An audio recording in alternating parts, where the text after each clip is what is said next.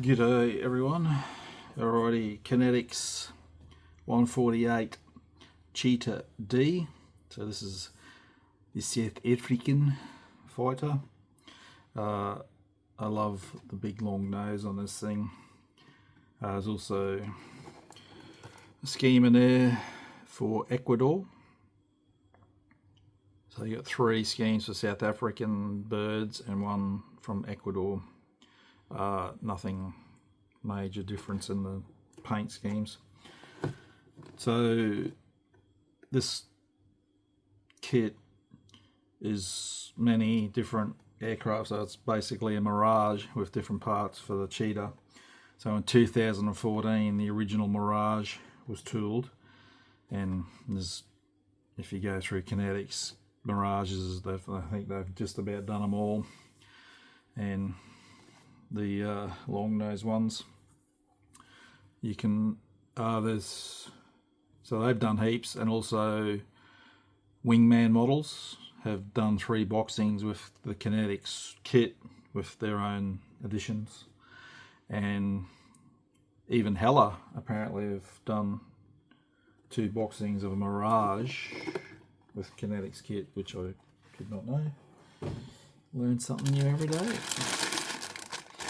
So there's going to be heaps of screws.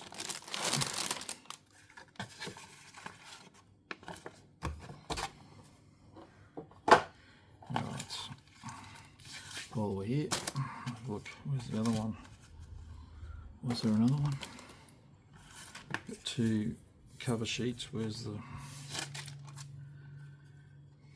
So there's no well, unless there's another one here somewhere, which I didn't see. No stencil data. A bit, I suppose. No step, which is a footprint with a cross over its symbol. But Kinetic use cartograph for their decals, so you shan't have any issues with that. And they're small, so should be no problems going down. Make sure that's in the picture. Alright, so your sprues.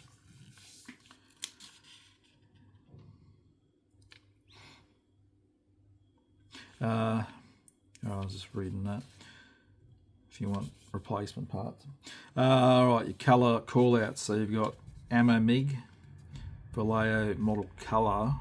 So that's not the airbrush one, that's the just normal paint. Mr. Colour, which would be my reference, and Tamiya somewhat. You're missing a few, but so you're missing Ghost Grey, which is your camouflage scheme. FS26231, which I think is another part of your camo. Olive drab base. 3.6, so 2 more greys are missing in Tamiya range. So, but they have, at least those ones have got an FS number if you want to source whatever paint you like to use. And you've got some Humbrol as well. Right, you're starting with the ejection seats. Kinetic do a pretty good seat out of the box. Bit of detail going on there. It's not really necessary to go looking for aftermarket, I think, with their cockpits. Of course, it depends on how detailed you want to go. Alright, so your seats, and you got the tub, and you got the instrument panels, rudder pedals going in, and the joysticks, seats going in. You got the nose gear, which then attaches to the cockpit tub. Your exhaust nozzle and burner can, and fuselage halves going together already. You got a couple of little areas to cut out for antenna or whatnot. Intakes. I mean, intakes are intakes. I don't like them, and these ones are no exception on the Mirages. Yeah, first stage intake fan. I don't really think, because it's curved, if you actually see anything. If you do, it's not much. Intake outer fuselage area. This is Kinetic's Mirage family. This is where you got to make sure it all lines up well. It's fiddly, but I think that's Mirages in general. I think I've done, well, I did that models of it 1/72nd one's the same thing. All that area around where the intakes meet the bottom of the fuselage, now you try and get it all aligned, otherwise you're filling and sanding and making a mess. So you got one piece lower wing, which is part of the belly fuselage, and then you got the two wing sections going on top. Your speed brakes,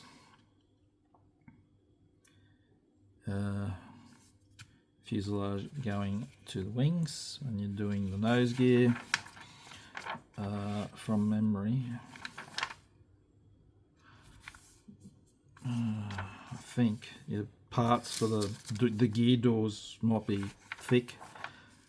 Something I remember building them, because they're so thick, they sort of don't sit how they should. Can't remember if it was Kinetic or not. Then you're going on to the main gear, and I seriously hate how they do their wheels. You got a hub, and you got the tyres go to the top in plastic, and it's crap. That's where I'd go aftermarket. But again, that's personal. I have a pet hate of 2.5 wheels or more. You got the leading edge of the tail, which these kits are modular for the simple fact that they do every Mirage and the Cheetahs and that, so there's different parts. It's obviously on their part, it's easier to do it modular, cost-wise. And you got that beautiful big long nose, P-tag going on. Windscreen, another area you need to make sure it's all nice and flush. It can be a bit fiddly. Main canopy, which you would not be putting on yet, but unless you haven't glued shut, of course. And then you're onto the weapons. I'm no expert by any means, but I'd check that that's correct weapons that South Africans used. Sometimes Kinetic can also just be generic with loadouts. And then you got the actuators for the control surfaces and the pylons, which depending on how you're displaying the aircraft, you have different pieces. So if you have a neutral, you got one actuator, and if you got the flaps down, there's a different one. The canards going on, the in-flight refueling probe. That's it. Not a lot, is it? Doesn't seem a lot, but I guess it isn't. I thought there was more to them. It's been a while. And then you got your schemes, which are, it's pretty much the same scheme, just different colour. So you got 3 greys on here. Well, we got D.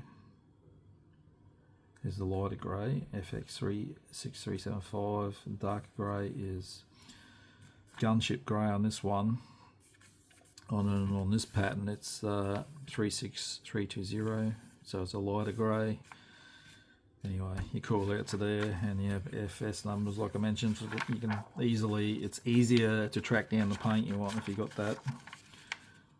And the other one's a label, gunship grey, so you know what you're looking for. And the Ecuadorian one is the same scheme, so I'm wondering if it's maybe South Africa sold it to them. Perhaps, I don't know, but it's nice, something different with the insignia, the national insignia. Some bright colours, even though they're only small. Something different.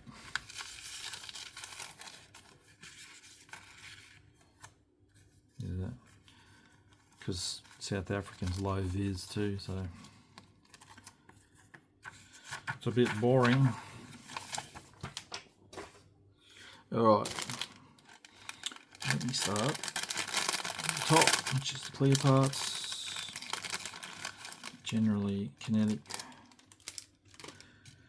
Do them nice. And all your little lights, wingtip lights.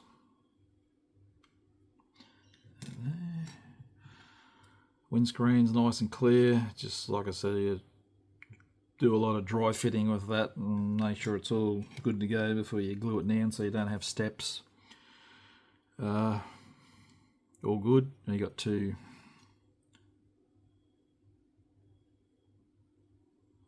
windscreens there. I didn't look. One's got frame, center frame. This one does not, so you need to check what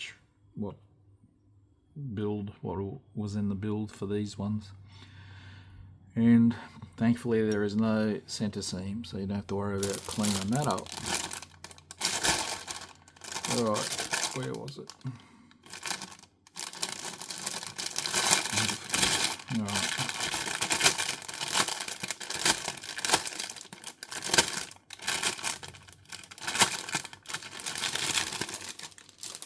Right here.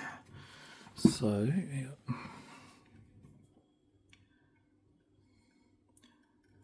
Alright, tub, instrument panels, obviously parts of your nose gear walls, intakes. You'll have different noses again, make sure you're using what aircraft you're building, call outs. Nose pitos nicely moulded, you just need to be careful cutting it off the sprue, bend it or break it. And nice shallow rivet detail on the tail.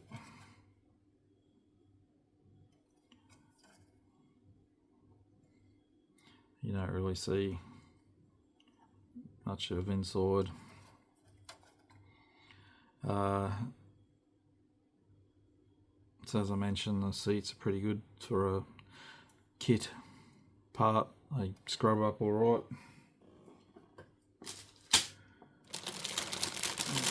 Oh. So when you do these kits, Mirages, and their F-16s, you are left with a whole heap of spare parts, which is good, especially antenna and pitos and that. They come in handy for other builds. Alright, let me move that. So intake, so there was, again, there's different intakes, you need to make sure you're using the correct ones. Burner can has detail inside it. Exhaust nozzle. Oh Jesus, there's a cyclone heading towards us. I live inland, but the wind, we're getting the wind from it and it's friggin' blowing a gale. Gear doors got nice interior detail. There's those crap wheels. I really hate that. That is the worst. You got different seats as well, so again, sure you use the correct ones. This one's always, it's moulded on there, the actuator, but be careful you don't break it. It's easy to break like that. So we got this should be a dual sprue. Yeah, your drop tanks, some couple of bombs, GBUs are they?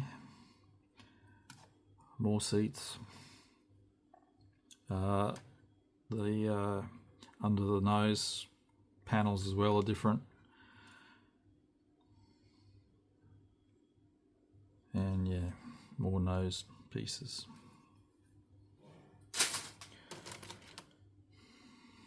Alright, more instrument panels, canards,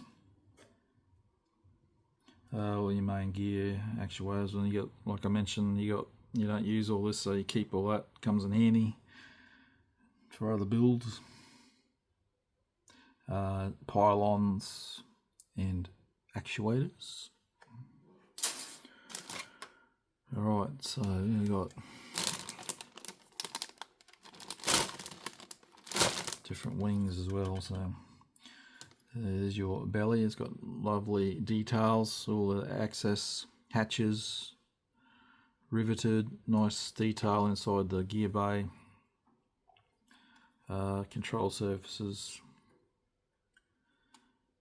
This piece is the rear end that sits in there.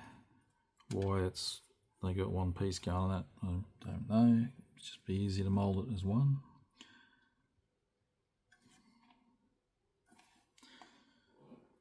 Very nice.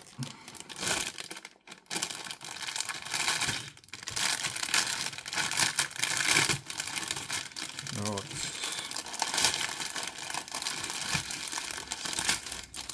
Yep, doesn't say no floating parts, but there is. The fin from a bomb by the looks of it.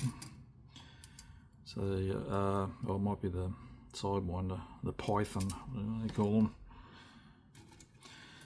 Alright, more seats, more intake pieces, belly plate. I think that might be the one for this particular kit. This sprue is for the Cheetah, I'm guessing, because you got the nose and you got the different wings and the refueling probe. So this is probably specific for this build or this kit. I'm not building it at the moment. Too much other stuff on. Then you got another engine nozzle there, which is I can see straight up is different to the other one. So again, more intakes. So you just, like I said, just be careful reading the instructions, make sure you use what's required for the variant or version or aircraft you are building. All pretty good. Bit of flash on the mold join seam there, needs cleaning up on those gear legs. That's the nose gear pieces and some more canards. And there's a single seat cockpit tub in there as well. So like I said, you got much spare parts. And that's it. There you go.